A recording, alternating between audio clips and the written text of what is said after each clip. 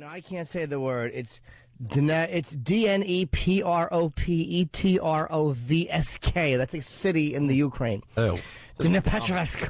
Just bomb it. Whatever it is, maniacs, courtroom video. There was 3 teenagers in the Ukraine, and they were videotaping themselves going around murdering people, torturing and murdering people, and they killed, I think it was 21 people in about a month. And the videos, what they would do is take cell phone videos, and it shows the maniacs going to their murder victims' funerals and taking pictures. And they would also, like secretly give the finger to the gravestone and take pictures of it, of people they had tortured and murdered. Wow. And they're a little antisocial. But it's amazing, the complete disconnection from any humanity. It was like... I watched, the only video that's around is the 2 of them. I think one had started the killing and then just he did a couple and stopped. They're killing this guy in the woods with, it looks like a hammer and an ice pick. And I saw it once, and I was watching it last night. How do you watch that? And I had to get out of bed. I started to feel like I was going to faint. Like, I've never felt that way watching that video. Wow. It was, and I've only had this feeling one other time in my life, where you get this weird, you have a queasy feeling, and you're like, I'm going to throw up. When you pulled down a pair of panties and found something else? No, when I didn't find something else. Oh, okay. Disappointed. Because I always forget. Yeah, it said fully functional. And I stood up, and I'm like, let me just walk for a second. And my whole body started to tingle.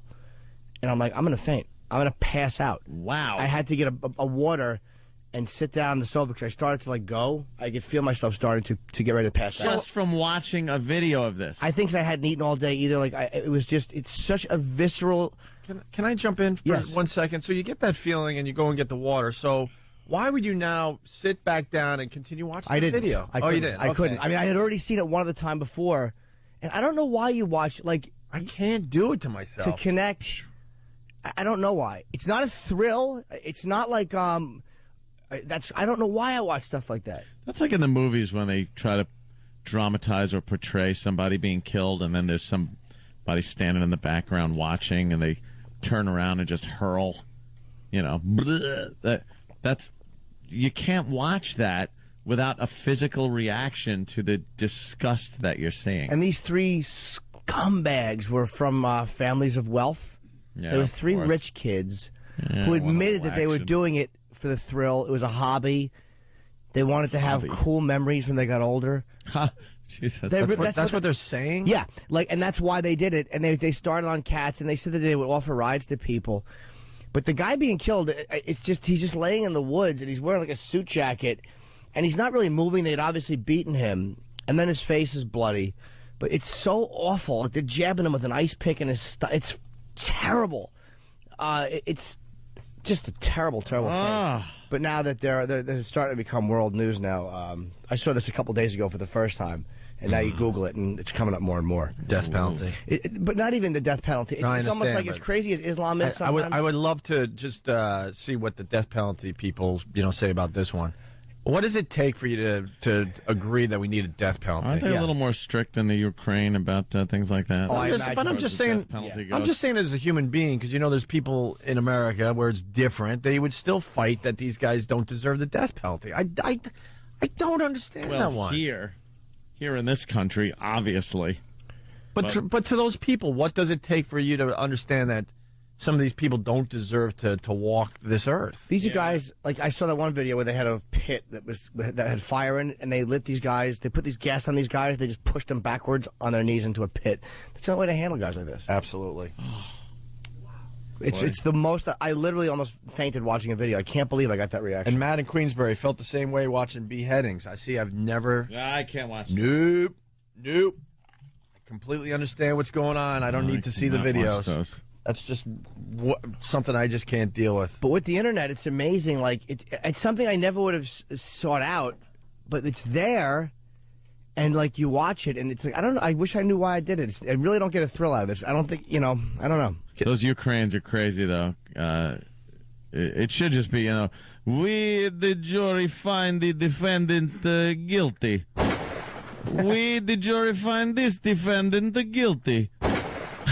It's just get rid of them. And a little this. That's what they do, and then on their way. On.